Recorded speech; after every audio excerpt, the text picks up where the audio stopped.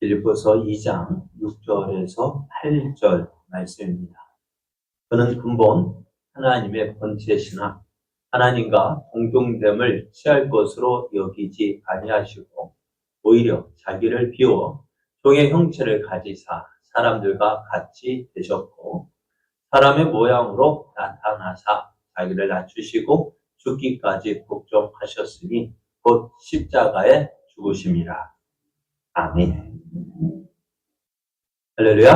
아멘. 하나님을 사랑하여 오후 예배도 기쁨으로 예배 자리에 함께하는 여러분에게 하나님께서 주시는 크신 사랑과 은혜가 넘쳐나기를 예수님의 이름으로 축복합니다. 아멘. 옆에 계신 분과 함께 인사하겠습니다. 하나님이 함께 하십니다. 하나님 함께 하십니다. 하나님이 도우십니다. 하나님 도우십니다. 그래서 성도님은 더 좋아집니다. 도와주십니다. 놀랍게 놀랍게 좋아집니다. 감사합니다. 오늘 우리에게 주신 하나님 말씀을 통해서요. 에스더미스 신앙법에서 8장 중보자와 보증인의 직분 수행, 중보자와 보증인의 직분 수행이라는 제목으로 하나님 말씀을 통해 은혜를 나누도록 하겠습니다. 웨스터민스터 신앙 고백서 우리 8장 4절 한번 우리가 어떻게 고백하는지 한번 읽어보겠습니다. 주 예수는 이 직분을 매우 기꺼이 감당하시고 이 직무를 이행하시기에 율법 아래 두어져서 율법을 완전히 성취하셨다. 그의 영혼으로는 가장 심한 복수를 직접 겪으시고 그의 육신으로는 극심한 고통을 당하사 십자가에 못 박혀 죽으시고 장세지는 바 되어 죽음의 능력 아래 머물러 있었으나 썩음을 당하시지는 않았다. 3일 만에 그가 고난을 받으셨던 동일한 몸으로 죽은 자 가운데서 부활하셔서 그 몸으로 하늘에 오르사 아버지의 우편에 앉아 계시면서 중재의 기도를 하시다가 세상 마지막에 사람들과 천사들을 심판하시기 위해서 재림하실 것이다. 아멘. 예수님은 중보자와 보증인의 이 직분을 기꺼이 맡으셨어요. 예수님께서 만약 이 중보자의 직분을 맡지 않으셨다면 어찌 됐을까요?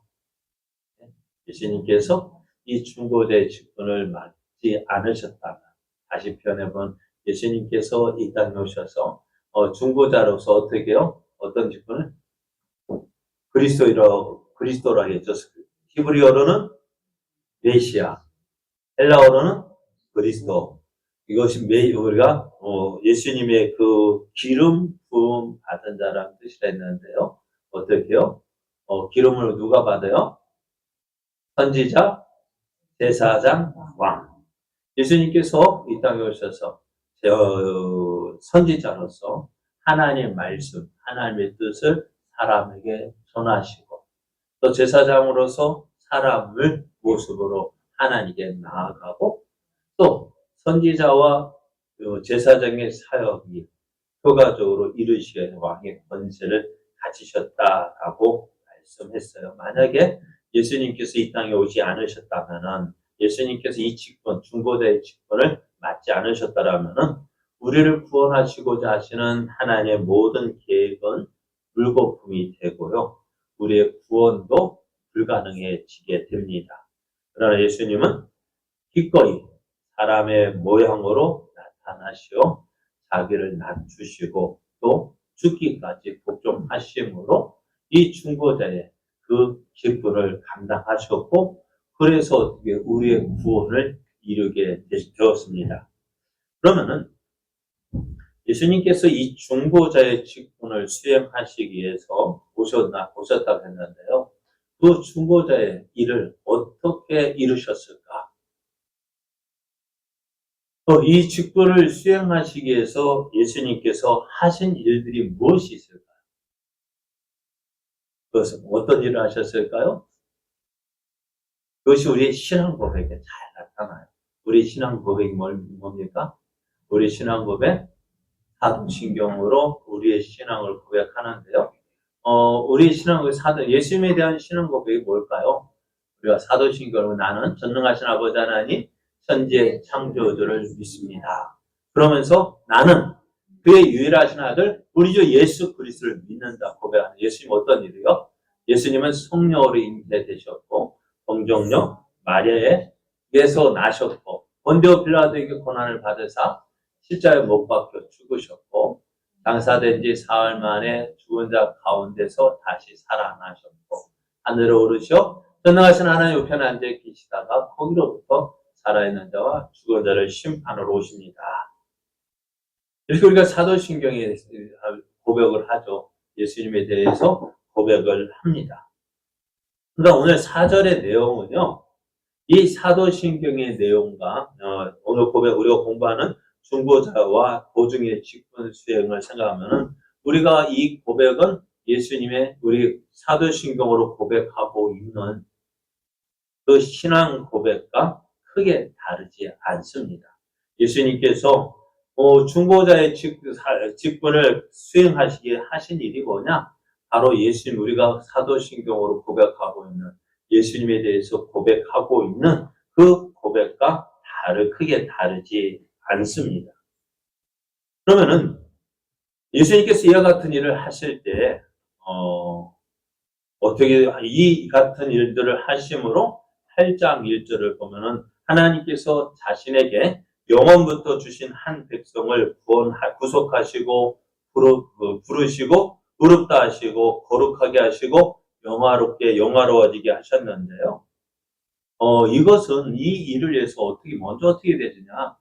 이 일을 이루기 위해서는요. 하나님이신 예수님이 어떻게 해요? 이 일을 이루기 위해서는 어떻게 해요?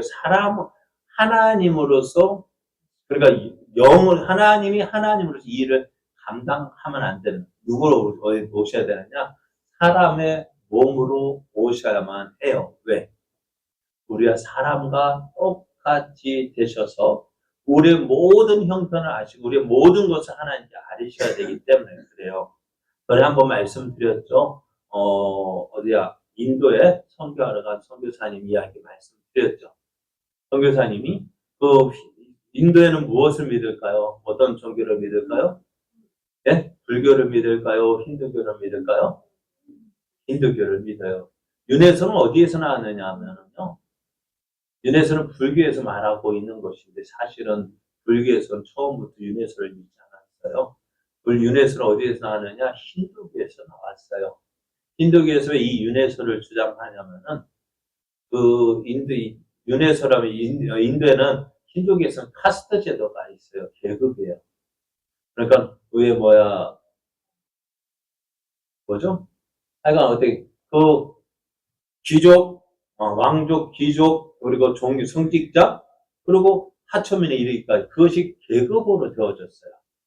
그러면은 저 위에는 상류층은 지낼만 하거든요. 그런데 밑에는 하천민들은 어떻게 생각할까요? 불만이 많을 거예요. 그런데 그들의 불만을 잠재우려면 어떻게 될까요? 너희들이 전생에 잘못해서 그래. 그러니까 너희가 죽고 어떻게 해요? 너희가 이 땅에서 네가 맡은 일에 최선 다하고 충성 다하면 다음에 뭐로 태어나요? 좋은 자리, 좋은 기억으로 태어날 거야. 그러니까 그래서 어떻게 해요? 저들은 이 윤회설을 주장합니다. 그러니까는 불만이 없는 거예요. 그러니까 이 힌두교 인도에 간 선지자가 무엇을 어떻게 하다가 개미집을 밟았어요. 개미는 개미집 밟으면 그 개미가 얼마나 될까요? 수많은 개미들이 죽겠죠. 그것을 본 이제 힌두교 승려가 이야기합니다. 큰일 났다. 이 개미들 가운데 너희 조상도 있을 텐데, 너희 어머니도 있었고, 너희 아버지도 있었고 한데, 어떻게 할래? 그건 어떻게 될까요? 그래. 이야기했어. 이 선교사님이 이야기합니다. 큰일 났네. 그런데 내가 일부러 그런 거 아니잖아요. 모르고 그랬잖아요. 그럼 어떻게 해야 되지? 내가 일부러 그런 것도 아니고 모르고 그랬는데 내가 이 미안하다는 말을 어떻게 이야기해야 돼? 했더니만 이 승려하는 말 뭡니까? 네가 뭐로 태어나는? 개미로 태어나서 네가 잘못했다 하면 되는데. 이 말을 들은 선교사님이요 이렇게 대답했어요. 맞아. 하나님이신 예수님께서 우리들의 사정, 우리들의 형편, 그러니까 하나님의 뜻을 우리에게 알려주시기 위해서 어떻게요?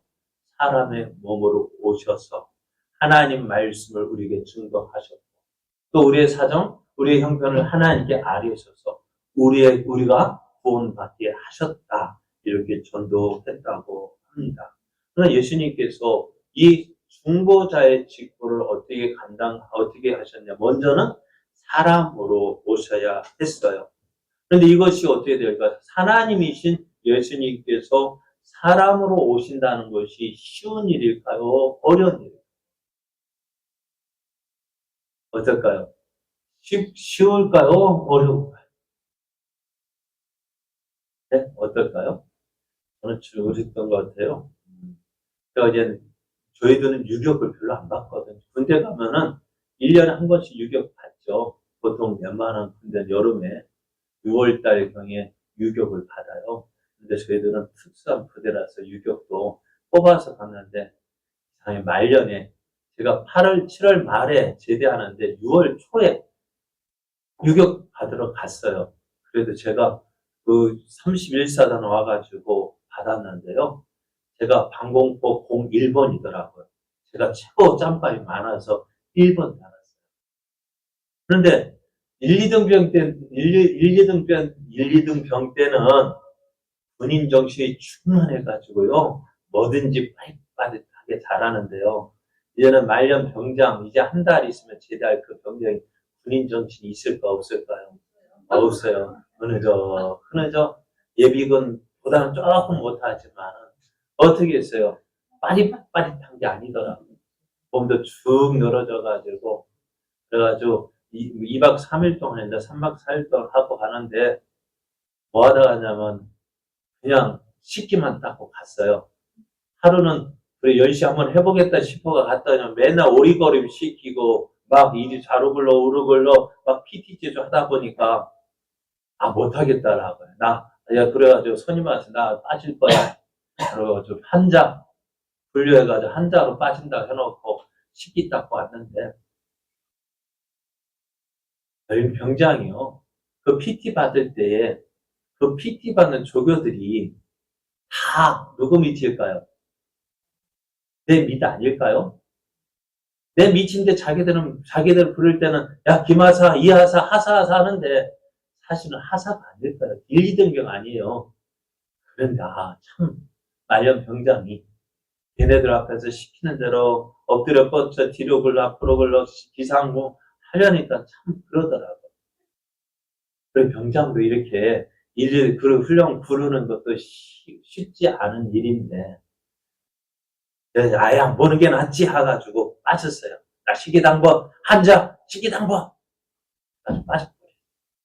근데 예수님은 어땠을까요? 하나님이시죠. 그런데 그 모든 거 버리고 어떻게요? 낮아지셨다. 그러면은 예수님의 직분은 무엇일까? 한번 볼게요. 예수님의 세 가지 직분이 있다고 했어요. 그리스도의 세 가지 직분이 뭐라 했죠? 먼저는 선지자, 제사장, 왕. 그래요. 선지자, 제사장, 왕. 이렇게 세 가지 직분이 있고요. 그러면 이 예수님께서 이 세 가지 직분을 수행하시는데요. 두 가지 상태가 있다고요. 예수님의 상태. 상태. 어떤 모습일까요? 먼저는 낮아지심과 높아지심이 있어요. 자, 그러면은 예수님의 두 가지 형태고 또 하나 좀 복잡한 것 같아요. 세 가지 직분, 선지자요, 제사장이요, 왕이요. 학교에서 뭐 이런 거 꼭 시험에 나더라고요. 저도 시험에 낼 거예요. 잘 들으셔야 돼요. 두 가지 상태는 낮아짐과 높아지심이 있고요. 그리고 또 예수님의 사역이 있는데요. 예수님의 사역은 뭐냐면은 볼게요. 율법 아래 나시고 고난 받으시고 죽으시고 장사 지내시고 승천하시고 하나님 보좌 우편에 자정하여 앉아 계시고 그리고 재림하신다. 아까 사도신경의 그 고백과 같아요. 성령으로 잉태해서 사람으로 우리에게 나시고요. 그리고 고난받으시고 죽으셨죠? 장사 지내지시고 또 부활하셔서 승천하시고 하늘에 오르사 하나님 보좌 우편에 앉아 계시다가 그리고 다시 오신다는 사실입니다. 그러면 이것을 가지고 이제 예수님의 그 사역, 상태를 가지고 생각해 보면은요, 예수님의 두 가지 상태와 사역에서 이 두 가지 상태를 뭐라고 해야 있어요? 낮아지심과 높아지심이 있어요. 낮아지심은 어떻게 낮아졌느냐? 율법 아래에 나셨고, 고난을 당하시고, 죽으시고, 장사 지내지시고요. 또 높아지셨는데요. 어떻게 높아지셨을까요? 다시 부활하시고, 승천하시고, 하나님 보좌 우편에 앉아 계시고, 다시 오신다는 사실입니다. 이것이 예수님께서 우리가 예수님의 사역과 예수님의 직분, 또 예수님의 상태, 또 예수님의 사역을 이렇게 생각해 볼 수가 있어요. 자, 그러면은 우리가 첫 번째 생각할 것은 뭐냐? 예수님의 낮아지심에 대해서 우리가 생각해 볼게요. 예수님 어떻게 낮아지셨느냐? 먼저는 어떻게 나셨다고요? 어떻게 낮아지심으로 하신 사역이 뭘까요? 예수님께서 낮아진 상태에서 세 가지 직분을 하신 사역이 뭐냐? 먼저는 율법 아래에 나셔서 율법을 이루셨다는 거예요. 예수님은 율법 아래에 매이시는 분이 아닙니다. 시간과 공간 및 그 안에 거하는 모든 피조물을 만드시고 하나님의 형상으로 지음받은 사람들에게 율법을 주셨습니다. 사람이 죄를 지었을 때 그들의 개인적인 생활과 사회제도와 구원을 위하여 도덕법과 의식법과 시민법을 주셨는데요. 이제 그런 창조자와 율법 수여자께서 사람들의 구원 사역을 위하여 자신이 만든 시간과 공간의 장인, 하나님으로서가 아닌 사람으로 오셨다는 거예요. 즉 율법 아래에 나신 거예요. 이것을 이제 성경이 이렇게 말씀합니다. 때가 참에 하나님이 그 아들을 보내사 여자에게서 나게 하신 것은 율법 아래에 나게 하셨습니다. 그런 율법 아래에 나신 예수님은 이제 어떻게 될까요? 모든 하나님이 만든 율법을 어떻게 해요? 예수님이 스스로 지키셔야만 했습니다. 그러니까 얼마나 낮아진 것인지 모릅니다. 참 죄송한 표현입니다만 법을 누가 만들까요? 우리나라에서는요. 네? 누가 만들어요? 국회에서 국회의원들이 만들어요. 그러면은 법을 누가 잘 지켜야 될까요? 만든 사람이 지켜야 되는데 만든 사람이 지키지 않으니까 욕을 먹게 되죠. 그런데 참 그렇구나 봐요. 내가 만들어 놓고도 내가 지킨다는 것이 쉽지 않습니다. 예수님도 그래요. 예수님도 온 천하 만물을 만드시고 그에 따른 그 모든 규칙과 규례를 다 하나님이 정하셨는데 이제 스스로 그 안에 거한다는 것이 쉽지 않을 것 같아요. 그렇지만은 이제 예수님께서 사람들과 같이 되셔서 자기를 낮추시고 모든 율법을 지키셨는데요. 어느 정도로 지키셨느냐면은 제삭슨 사망이라는 그 율법의 요구에 따라서 자신을 죽음에 내놓을 정도로 지키셨어요. 자기를 낮추시고 어디까지? 죽기까지 복종하셨다는 거예요. 그것이 오늘 우리가 읽었던 본문인데 그는 하나님의 본체시나 하나님과 동등됨을 취할 것으로 여기지 아니하시고 오히려 자기를 비워 종의 형체를 가지사 사람들과 같이 되셨고 사람의 모양으로 나타나사 자기를 낮추시고 죽기까지 복종하셨는데 어떻게 해요? 십자가에 죽으시기까지 복종하셨다는 거예요. 예수님도 어떻게 해요? 예수님이 자기를 율법 아래 나셔서 그 율법을 이루셨다는 거예요. 우리가 예수님이 그 하신 모든 사역들은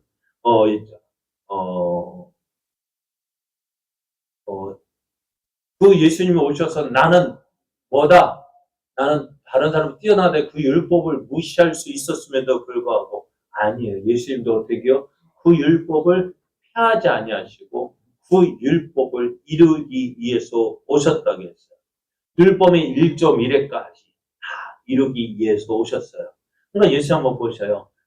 예수님께서 우리에게 구원 사역을 이루기 위해서요. 어떻게 해요? 성경을 보면은, 복음서에 보면은 예수님께서 하신 일을 볼 때마다 이렇게 표현되어진 게 있어요. 성경을 응하게 하시려고. 성경에 응하게 하시려는 게 뭘까요? 성경 말씀을 기록된 말씀대로 완성하기 위해서, 성취하기 위해서 무슨 일을 하셨다는 거예요. 참 그렇지 않을까요? 성경 말씀 이루기 위해서 꼭 우리가 그 길을 가는 거예요. 왜? 성경 말씀에 그대로 그것을 하겠다고 하셨으니까 예수님 어때요? 그 성경 안에서 활동하셨던 거예요. 하나님 말씀 안에서 행하셨던 거예요. 그러나 참 어떨까요? 참 복잡하지 않을까요? 좀 뭐랄까요? 뭔가 매이지 않았을까요? 그러니까 우리도요, 예수님도요, 어디 안에서, 말씀 안에서 행하십니다. 성령님도 어떻게 하실까요? 성령님도요, 하나님 성령님도 많은 능력, 권세를 가지고 일을 행하시지만은요, 어디 안에서? 말씀 안에서요. 말씀 안에서 행하셔야 돼요. 왜? 그 하나님의 뜻이니까요. 하나님의 뜻을 이루기 위해서 말씀 안이라는 그 테두리에서 그 모든 일을 행하신 거예요. 그리고 우리가 그 말씀, 우리가 주변에서 많은 일들을 보게 되었잖아요. 많은 사람들이 자기 스스로 누구라 하게 내가 메시아다, 그리스도라 하는 사람들이 일어나는데요. 그것들을 어떻게 판단할까요? 성경을 통해서 판단하는 거예요. 어떻게요? 성경에 기록되어진 대로요. 그래서 많은 이단들이 자기 교주를 어떻게 해요? 자칭 메시아라 하는 거 경우를 보게 되어집니다. 누구도요? 여기도 신천지에도 그렇고 하나님의 교회도 그렇고 자기가 누구예요? 자기가 하나님 저기는 안산홍아 예수님께서 이루지 못하신 일 자기가 다 이루었대요. 왜 어떻게 이루었냐 했더니만은 다윗이 40년 동안 40년 동안 왕위에 있었는데 예수님은 오셔서 몇 년 동안? 3년의 공생에 사시고 그러면 몇 년 부족해요? 37년 부족하니까 이 안산홍이가 왜 37년을 채웠다고 해요. 그래서 내가 자기 스스로 예수님의 사역을 이루었다라고 하는데 그게 어디 있어요? 성경에? 40년 채우라는 그 말씀 어디 있을까요? 예수님께서 하신 말씀 뭐예요? 십자가 돌아가실 때 뭐라고 말씀하셨어요? 다 이루었다고 했죠. 나 못 미쳤어. 내 실패해서 그렇게 하지 않으셨잖아요. 다 이루었다 하셨는데 어느 누가 그 예수님이 하신 일에 대해서 그거 실패했어 라고 말을 할 수 있을까요? 그런데 많은 이사람들이 그렇게 이야기해요. 예수님의 사역은 부족하다. 불충분하다. 그래서 내가 그것을 다 이루기 위해서 통일교에서도 그렇게 이야기하잖아요. 그러니까 예수님의 사역은 그 말씀 안에서 그 말씀을 이루게 하기 위해서 오셨는데 그러니까 예수님도 율법 아래 나신 것은 사람의 모양으로 오신 것도 어떻게요? 성경에 기록된 대로 그 말씀을 이루기 위해서 오셨다는 거예요. 그러니까 예수님께서 오셔서 우리가 알지 못했던 하나님의 뜻을 말씀해 주셔요. 여러분, 살인과 간음의 본뜻이 무엇일까요? 여러분, 사람 죽여보셨습니까? 없을 거예요. 그죠? 내가 언제 사람 죽였어? 그죠? 안 죽여봤죠? 그런데요, 예수님 말로요? 근데 여러분, 성경 한번 보시죠. 성경 보면은, 산상수훈에 보면 형제에게 노하는 것, 형제에게 욕을 하고 미련한 놈이라고 하는 것도요, 살인에 속한대요. 여기 뭐 한 거예요? 미련하다. 미련하다는 말이 뭐예요? 우리 쉽게 말하는 10원짜리 욕이에요. 그게 뭐예요? 살인하는 것이고요. 그럼 그 사람은 어떻게 하고? 이미 살인한, 그럼 칼로서 죽이는 것이 아니라, 그럼 우리가 별거 아닌 그거 같은 것도 어떻게요? 살인에 속하고, 음욕을 품고, 여자를 보는 자마다 마음에 이미 간음한 것이라고 했습니다. 내용적 살인과 간음만이 아니라 사람 마음속의 생각과 말까지도 절제해야 한다고 말씀해요. 그러니까 예수님의 제자들 참 쉬운 것이 아니에요. 그렇죠? 어떻게 해서. 그래서 예수님 보십시오. 서기관과 바리새인보다 더 나은 의가 없으면 결코 천국에 들어가지 못한다 했는데 그럼 천국 들어가겠어요? 못 들어가겠어요? 참 이 말씀들은 참 그래요. 그러기 때문에 우리는 어떻게 해야 돼요? 바리새인보다 더 정결합니까? 바리새인보다 더 순결합니까? 그러나 오늘 이렇게 이 말씀 보면 나는 구원 못 받았는가라고 생각하는데 그러나 내가 하는 것이 아니라 누구요? 예수 그리스도만 가능한 거예요. 그래서 예수님도 어떻게 해요? 예수 그리스도께서 살아 계시는 동안에 모든 율법을 다 지켜 행하셨다고 합니다. 그래서 예수님께서 이 모든 일들, 그러니까 첫 아담이 에덴 동산에서 지키지 못한 율법을 마지막 아담, 예수님은 다 지키셨어요. 아담의 언제를 이어받은 아담의 후손은 더욱더 율법을 지키지 못하기 때문에 이들을 대표해서 예수님께서 다 지키셨습니다. 아담은 에덴 동산에서 하나님께서 마음에 새긴 율법들, 그리고 말씀을 통해 직접 주신 율법을 다 이룰 때에 영생과 영원하는 선물을 받게 되지만 그것을 지켰어요? 못 지켰어요? 못 지켰어요. 선악과를 먹지 말라는 그 말씀, 그것을 지켰다면 어떻게 우리는 영원한 생명을 얻었을 텐데 선악과를 먹지 말라는 그 말씀을 지키지 못함으로 우리는 어떻게 해요? 영원한 생명도 얻지 못하고 영화도 얻지 못하고 그 에덴 동산에 쫓겨나게 되어졌지만 이제 예수님은 하나님께서 주신 그 모든 율법을 다 지키셨는데요. 어떻게 예수님께서 그걸 스스로 자발적으로 순종하셨다는 것입니다. 예수님께서 우리를 위하여 다 십자가를 지시고 고난 당하신 것, 예수님의 자신이 사람의 모랑 이 땅에 오신 것 누가 원해서 내가 억지로 떠밀려 나온 것이 아니에요. 어느 연못의 바닷가에 사람이 빠져 죽어가는데요. 야, 다들 어떻게 물에 빠진 사람 어떻게 할까요? 와서 야 어떡하나 발만 동동 굴러요. 근데 어떤 사람이 용감한 물속에 뛰어들었어요. 그 사람이 가서 그 물에 빠진 사람 구원했어요. 구해가지고 나오는데 이 물에 빠진 이 구조에 나온 사람이 뭐라고 얘기했을까요? 어떻게 해서 그렇게 했냐? 그렇잖아. 다른 사람은 다 보고만 있는데 어떻게 용감하게 물에 그렇게 뛰어들 생각했느냐 막 기자들이 몰려들어서 물어봤을 거 아니에요. 이 사람이 뭐라고 대답했을까요? 하루는 누가 믿었어? 말이 이해 안 되시는가 봐요. 누가 밀어서 빠진 거예요. 억지로 빠진 거예요. 사람 빠지 그래 수영할 수 있으면 진짜 들어가면 좋았을 텐데 못 들어가고 물에 빠졌으니까 어떻게 구해줬는가 봐요. 그런 예수님이 억지로 떠밀려서 이 땅에 오신 것이 아니라 예수님은 스스로 우리를 구원하시기 위해서 이 땅에 오셨습니다. 그래서 예수님은 어떻게 해요? 예수님께서 이 말씀, 그러니까 우리를 첫 아담이 지키지 못한 율법을 다 이루셨는데 이걸 능동적인 순종이라 하고요. 또 죽으실 때에는 우리의 죄값을 짊어지고 십자가 죽으심으로 율법을 이루셨는데 이것을 수동적 순종이라고 합니다. 그래서 예수님께서 능동적 순종과 수동적 순종을 통해서 율법을 다 지키셨고 율법을 지키지 못한 것에 대한 벌까지 율법을 지키지 못한 벌은 뭡니까? 사망, 죽음.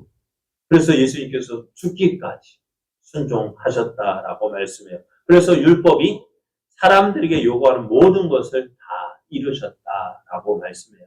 그럼 예수님께서 어떻게 또 이 땅에 율법 아래 나셨고 또 한 가지 하신 것이 있다면 영육에 걸친 고난을 당하셨습니다. 예수님이 살아계신 동안에요. 영혼으로도 몸으로도 고통을 당하셨어요. 예수님께서 사람들의 비참함을 지켜보는 것만으로도 참 영적인 괴로움이었어요. 나사로가 죽었을 때 예수님은 어떻게 하셨죠? 가셔서 그 마르다와 그 마리아가 우는 것을 보시고 분통히 여기시고 또 예수님께서 눈물을 흘리셨다고 했습니다. 예수님께서 눈물을 흘리셨어요. 왜 흘리셨을까요? 사람들이 죄로 말미암아 죽어야 하고 그 죽음으로 슬퍼하는 가족을 보면서 예수님은 눈물을 흘리셨어요. 어제 보니까 뉴스에 보니까 문경 화재 현장에서 순직한 2명의 소방대원 그 연결 장례식을 보니까 어떻던가요? 괜히 그 모습 보면서 그 자식이 아들이 굶었던 그 사물함에 가서 그 아들이 입었던 그 옷들을 만지면서 눈물 흘리는 그 어머님의 모습 보니까요. 괜히 저까지는 찡해지더라고요. 그러니까 예수님께서도 그 모습이었단 거예요. 나사로가 죽었을 때 이것들이 왜요? 죄로 말미암아 죽어야 하고 그 죽음으로 슬퍼하는 가족들 보니까요. 예수님의 마음이 찡하십니다. 그렇게 예수님은 영적으로 고통을 당하셨고요. 또 예수님 사랑했던 제자들, 그 제자들 중 하나가 자신을 팔 것이라는 그 말씀을 제자들에게 하실 때 예수님 그 마음이 괴로우셨다고 했습니다. 요한복음 13장 21절을 보면 예수께서 이 말씀을 하시고 심령이 괴로워 중환하여 이르시되 너희들 가운데 하나가 나를 팔 것이라 했을 때 어떻게 해요? 마음이 아팠다 라고 말씀해요. 그리고 또 예수님은 나병 환자, 맹인, 또 그러한 장애인을 보실 때 불쌍히 여기시고 그 불쌍히 여기셨다는 마음은 뭘까요? 안타까워하셨다. 그러니까 예수님께서 그러한 죄로 말미암아서 제 장애가 가진 사람들 볼 때 그 마음이 아프셨던 거예요. 그래서 예수님은 그들을 만져주셨고 그들을 치료해 주셨습니다.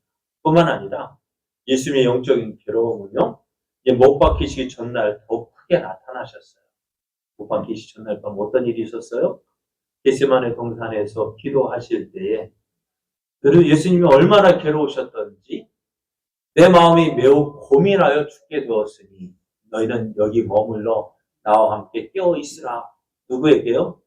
베드로와 안드레와 안드레 빼고 베드로, 야고보, 요한 3명의 제자들 따로 데리고 가셔서 야 내가 너무 괴로워 죽겠다. 너희가 여기 깨워서 나를 위해서 뭐 하라는 얘기요? 좀 나와 함께 기도해 주지 않을래? 했더니 그럼 한번 보셔요. 예수님이 얼마나 힘드셨으면 얼마나 괴로우셨으면 누구에게?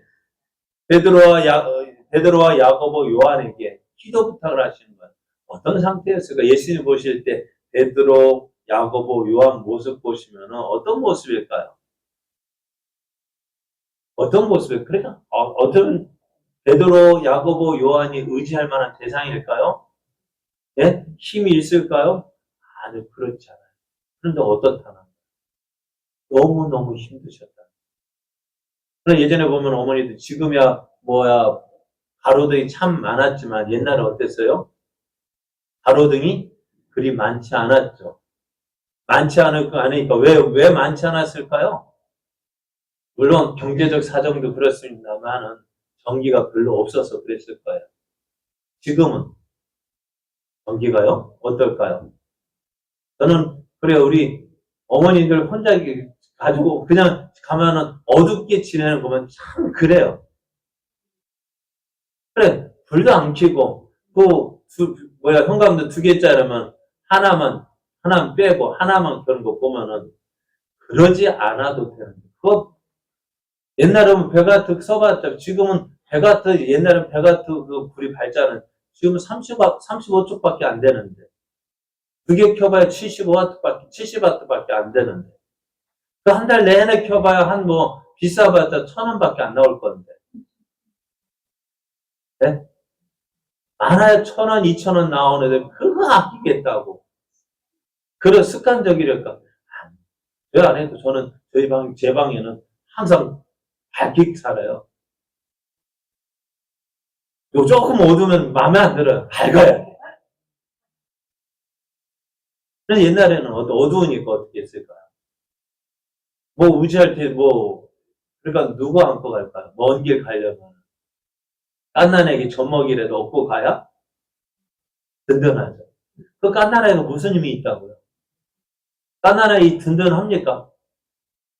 네? 그래도 혼자 가는 것보다는 그 갓난아기 업고 가는 게 그래도 든든하잖아요.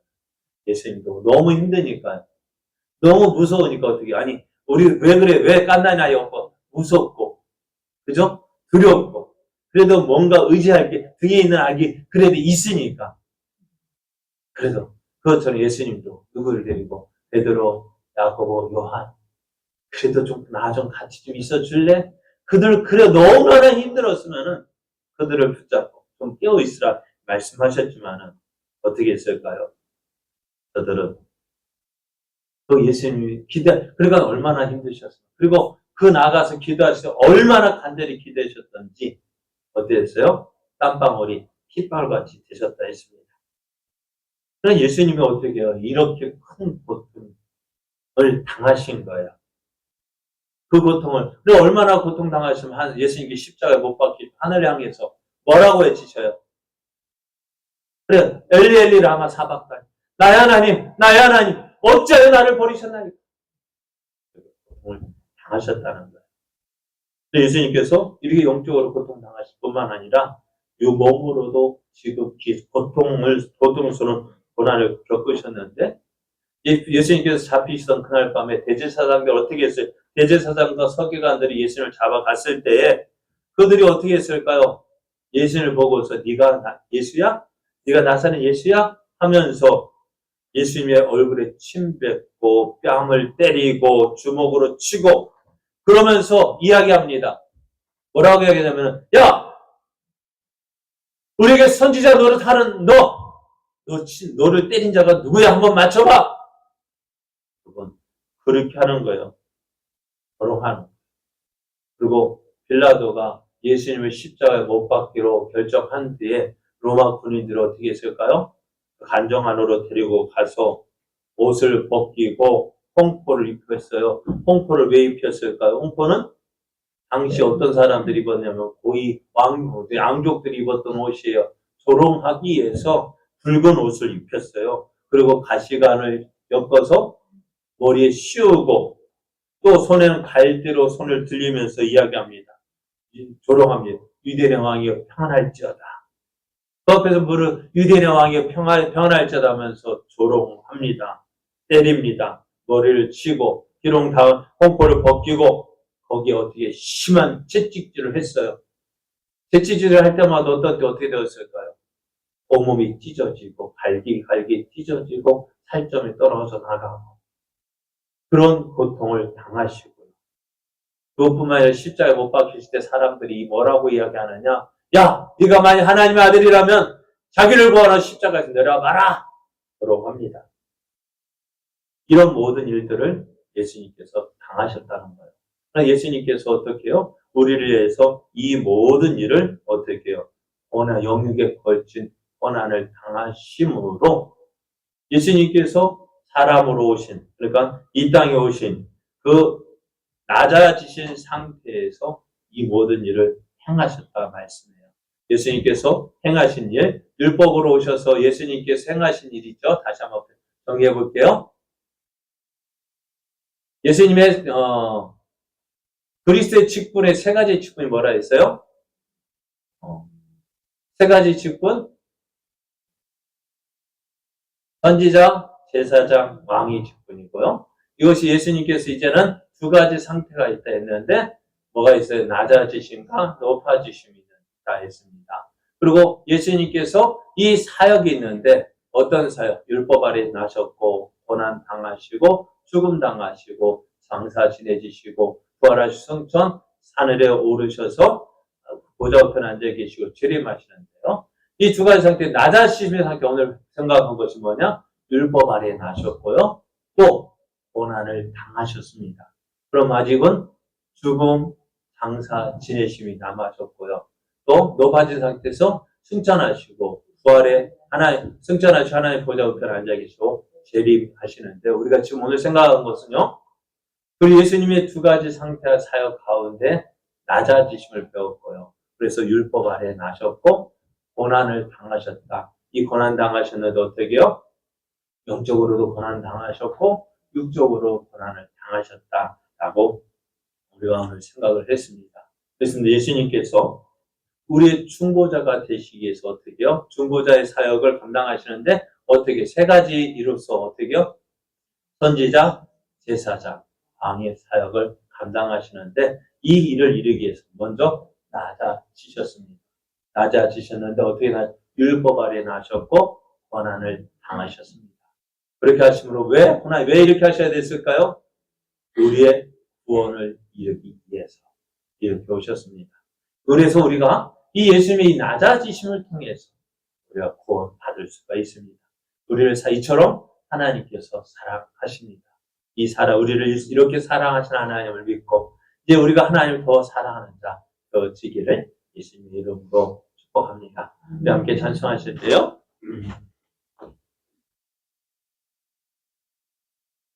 오신